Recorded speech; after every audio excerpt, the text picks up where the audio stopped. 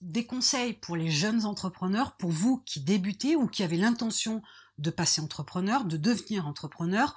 Vous en trouverez tout un tas sur Internet. Il y a tout un tas de bons conseils, d'autres beaucoup moins, mais il y en a un en particulier qui forcément fera la différence avec les 95, 98, voire 99% autres qui, eux, s'arrêtent en cours de route. De mon point de vue, le meilleur conseil que vous puissiez entendre et prendre en considération, c'est le suivant.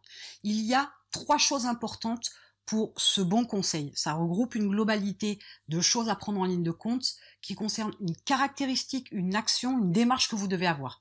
Donc la première chose, il faut savoir que l'échec, vous le rencontrez tous les jours. Vous rencontrez de petits échecs, vous rencontrez de gros échecs. Quoi qu'il arrive, votre chemin est parsemé d'embûches.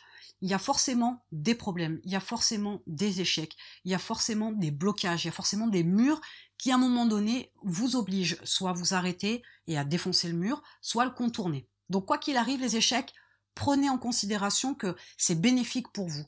J'ai déjà fait 2 vidéos qui parlent des échecs. Je vous invite à les regarder, ça vous donnera aussi peut-être une autre vision de l'approche que vous pourriez avoir de vos échecs passés et peut-être l'appréhension de vos échecs futurs. Donc, il est important que lorsqu'on démarre une entreprise, bonne ou mauvaise, vous ne le savez pas au départ, mais il y aura des échecs.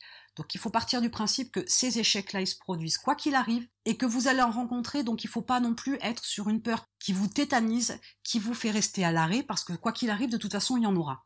Donc, première des choses, c'est ça. La deuxième chose est que lorsque vous lancez votre entreprise et que petit à petit, elle va se développer, et ça, je vous le souhaite, n'imaginez absolument pas que votre entreprise, c'est Apple, c'est Google ou Microsoft. N'agissez pas non plus comme si votre entreprise qui fait quelques dizaines, centaines, milliers d'euros, c'est une société énorme qui vaut des centaines de millions de dollars. Vous devez de toute façon prendre en considération que votre entreprise a la valeur qu'elle a, mais non pas d'après la façon dont vous la regardez, ni d'après uniquement entre guillemets le chiffre d'affaires, parce que ça ne s'évalue pas en fonction uniquement du chiffre d'affaires, ça s'évalue aussi en fonction des différentes charges, de l'évolution, etc. Mais ne pensez pas que votre entreprise est énormissime et qu'elle vaut des millions de dollars. Il faut arrêter de penser que votre idée est tellement génialissime que vous ne comprenez pas pourquoi vous ne faites pas plus de chiffre d'affaires, comme vous ne comprenez peut-être pas que on ne vous ait pas fait une offre à 50 millions d'euros pour votre entreprise. Il faut rester cohérent, mais surtout, il faut penser que de toute façon, votre entreprise pourrait valoir des dizaines, des centaines de millions d'euros. Mais aujourd'hui, en tant que jeune entrepreneur, votre entreprise ne vaut absolument rien. Par contre, il faut la travailler, il faut la développer pour qu'elle prenne de la valeur.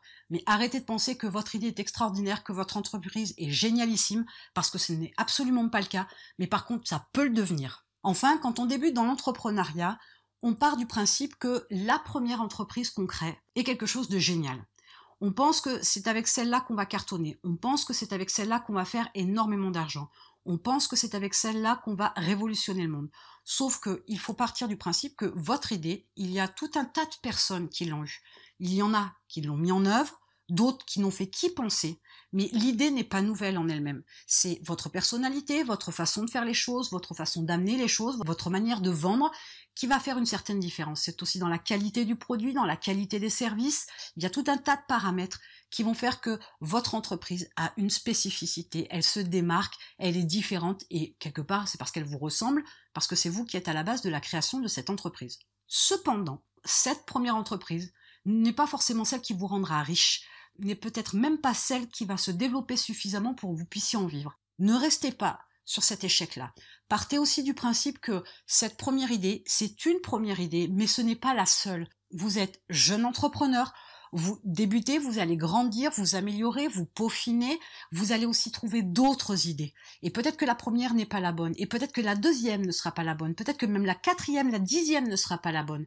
Mais ne restez pas attaché à une seule idée, et surtout pas la première, et encore moins les suivantes, c'est certain, mais c'est toujours la première qui est importante parce que c'est la première qui nous permet de nous lancer. À ce moment-là, comprenez que c'est un essai, c'est un test, c'est une tentative, c'est une démarche, c'est une création.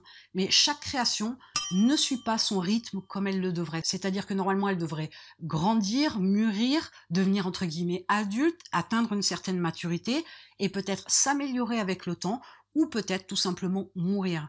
Une entreprise a son cycle de vie, vos idées c'est exactement la même chose. Et puis ce que vous faites à 20 ans, peut-être que vous n'aurez plus envie de le faire à 30 ou à 40 ou à 50. Et c'est la même chose, vous pourriez lancer une entreprise à 40 ans et 5 ans plus tard vouloir faire complètement autre chose. C'est comme ça que ça fonctionne. Ne restez pas attaché à une seule idée, mais par contre, continuez à créer, continuez à réfléchir, continuez à avoir d'autres idées, continuez à développer d'autres idées, continuez à créer d'autres entreprises, à essayer autre chose. Si d'un côté ça ne fonctionne pas, peut-être que pour la deuxième ou la troisième, ça fonctionnera. Et ces 3 points-là se rejoignent dans une seule et unique démarche qui est soyez persévérants. Ne lâchez rien.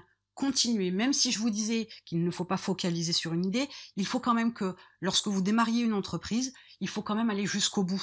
Ce n'est pas parce que vous n'avez pas de résultat dans un mois qu'il faut vous arrêter. Je vous dis, il y a des centaines de milliers de personnes qui lancent des entreprises tous les jours, qui pensent avoir une idée fabuleuse et qui au bout d'une semaine, 1 mois, 6 mois, s'arrêtent parce qu'ils n'ont pas les résultats. Et quelquefois, c'est en faisant 1 mois de plus et quelquefois, c'est en faisant 1 année de plus que vous finissez par arriver au résultat que vous voulez, que vous finissez par percer. Cette persévérance-là, elle est difficile, elle est éprouvante, elle va vous mettre à mal dans de multiples domaines, mais c'est avec cette persévérance-là que vous allez pouvoir créer aussi une entreprise qui fonctionne, une entreprise dont vous pouvez vivre généreusement et dans l'abondance, et que vous allez pouvoir même en créer d'autres. Mais chaque entrepreneur qui débute pense qu'avec tout ce qu'on peut voir sur Internet, tout ce qui est dit, que créer une entreprise, développer une entreprise, c'est quelque chose de facile, c'est quelque chose qui va très très vite. On n'est plus sur cette démarche-là, il y a énormément de gens qui se battent sur Internet pour faire leur place, et en devenant jeune entrepreneur, vous allez faire exactement la même chose.